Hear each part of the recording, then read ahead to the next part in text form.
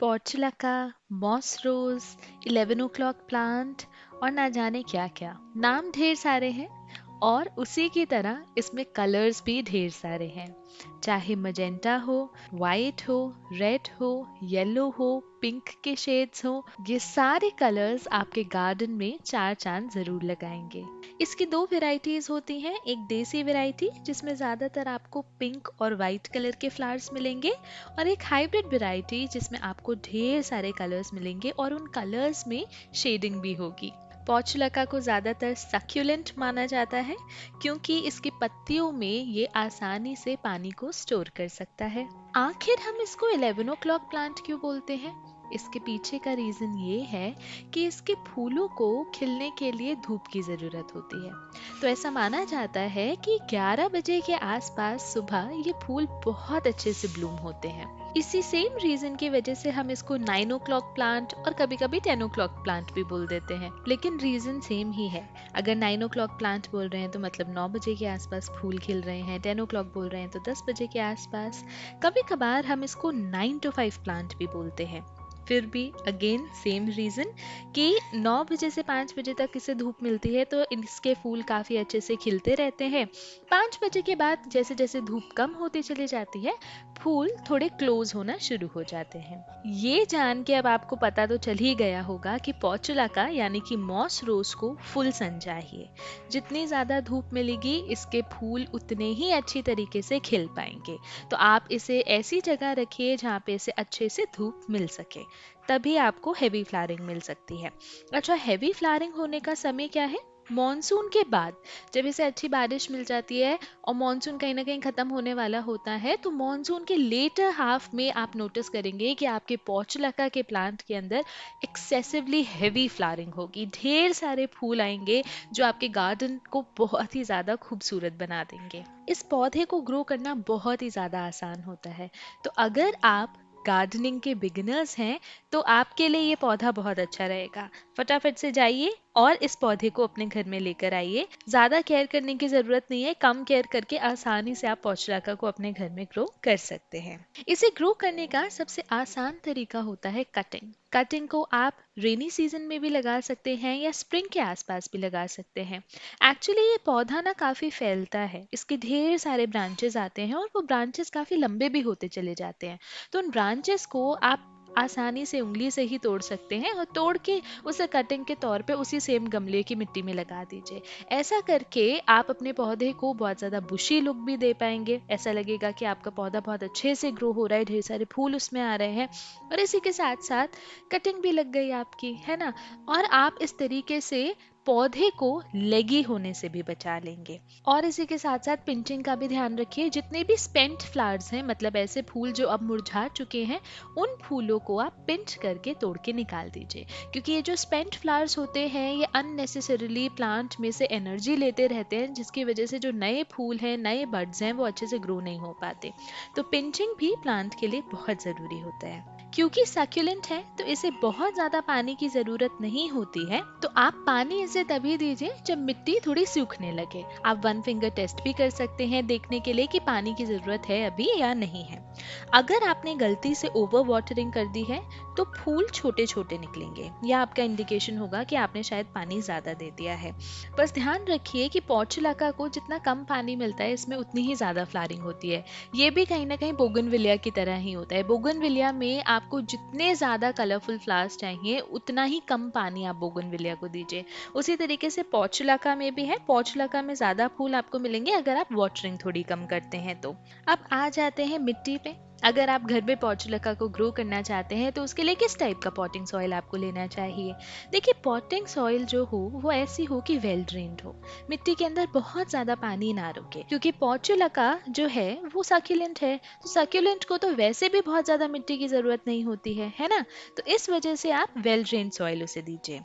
इसके लिए potting mix बनाने के लिए आप 30% गार्डन सॉइल लीजिए, उसमें 30% कंपोस्ट ऐड कर दीजिए और 40% सैंड को यूज़ कीजिए, क्योंकि सैंडी सॉइल जो होती है, सैंडी सॉइल में ड्रेनेज बहुत अच्छे से हो जाती है, तो इस वजह से सैंड आप ज़्यादा रख सकते हैं। बाकी तो देखिए, हर जगह की जो मिट्टी होती है ना, वो मिट्टी अलग अलग होती है, तो आप जहाँ रहते हैं वहाँ की मिट्टी कैसी है उस पर गौर फरमाइए और उसी हिसाब से आप पॉटिंग मिक्स बना लीजिए। अगर आप ऐसी जगह रहते हैं जहाँ पे ऑलरेडी बहुत ज़्यादा सैंडी सॉइल है, तो आपको अलग से सैंड मिलाने की कोई ज़रूरत है नहीं। अच्छा, मॉनसून में ना आपको पोर्चुलाका को बहुत तेज़ बारिश से बचाना होगा। अगर बहुत ज़्यादा तेज़ बारिश हो रही है और आपने मॉस रोज़ को बिल्कुल बाहर बारिश में ही रखा हुआ है और उसके अंदर पानी इकट्ठा होता चला जा रहा है, तो ऐसे में जो उसकी रूट्स हैं वो रूट्स ख़राब होने के चांसेस बहुत ज़्यादा हाई हो जाएंगे।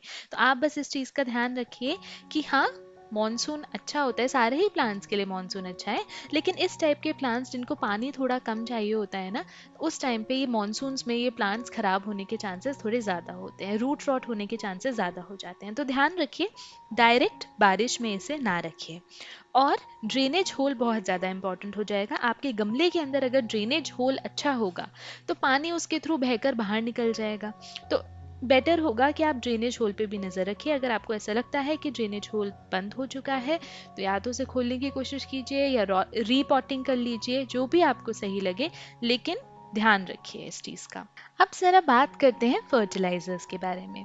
देखिए, आप इसे काऊ डंग लिक्विड दे सकते हैं। काऊ डंग लिक्विड इसके लिए काफ़ी अच्छा होता है। इसके अलावा अगर आप चाहें तो आप इसे बनाना पील फर्टिलाइज़र दीजिए। लेमन पील लिक्विड भी इसके लिए बहुत अच्छा होता है। लेमन पील लिक्विड कुछ नहीं होता, नींबू के जो छिलके होते हैं उन छिलकों को आप पानी में डुबो कर रख दीजिए, कुछ दिनों के लिए लेमन पील लिक्विड तैयार हो जाता है, तो आप उसे लेमन पील लिक्विड भी दे सकते हैं। बनाना पील फर्टिलाइज़र तो खैर इसके लिए बहुत अच्छा होता ही है, फ्लावरिंग में बहुत ज़्यादा मदद करता है। उसके अलावा अगर आप इसे एक बैलेंस्ड एनपीके देना चाहें तो वो भी अच्छा होगा। फॉस्फोरस इसे ज़्यादा दीजिए, फॉस्फोरस इसमें फ्लावरिंग करवाने में मदद करता है।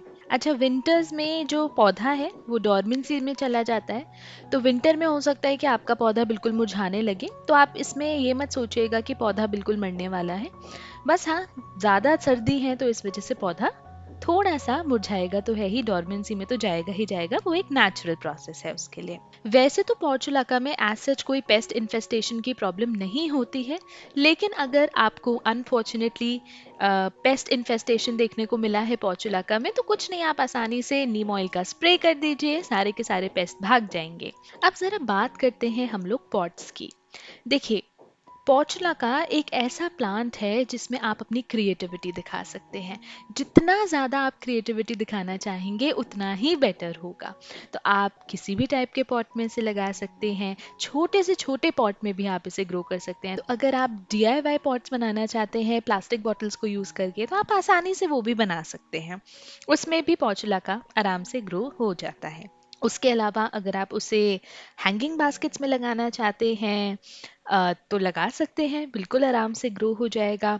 अगर आप इसे क्ले पॉट्स में लगाना चाहते हैं, प्लास्टिक पॉट्स में लगाना चाहते हैं, या फिर जो बालकनी में जो रेलिंग में आजकल काफ़ी अच्छे अच्छे पॉट्स आने लग गए हैं रेलिंग पे अटैच करने के लिए, आप उसमें भी ग्रो कर सकते हैं।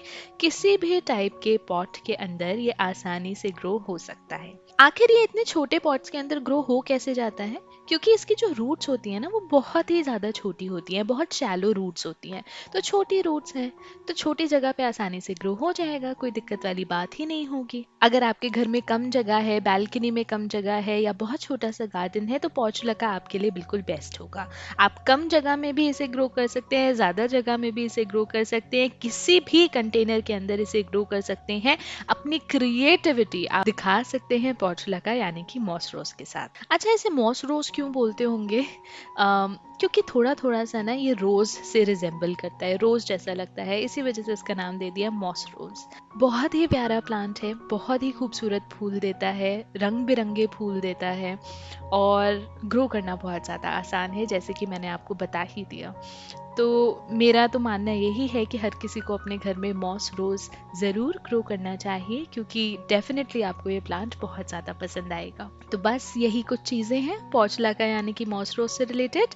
अगर आपको ये वीडियो पसंद आई हो तो मेरे चैनल बरकाज़ हैप्पी प्लेस पे जाइए, और भी मैंने ढेर सारी प्लांट केयर की वीडियोस बनाई हैं, उन प्लांट केयर वीडियोस को देखिए और मुझे बताइए कि आपको वीडियोस कैसी लगी। नीचे कमेंट्स छोड़िए, वीडियो को लाइक कीजिए, मेरे चैनल बरकाज़ हैप्पी प्लेस को सब्सक्राइब कीजिए। और अगर आपके कोई भी प्लांट के डाउट्स हैं तो आप मुझसे वो शेयर कर सकते हैं कमेंट्स में, मैं आपको जवाब ज़रूर दूंगी। मैं मिलूंगी आपसे एक और इंटरेस्टिंग वीडियो के साथ, तब तक happy gardening and keep smiling.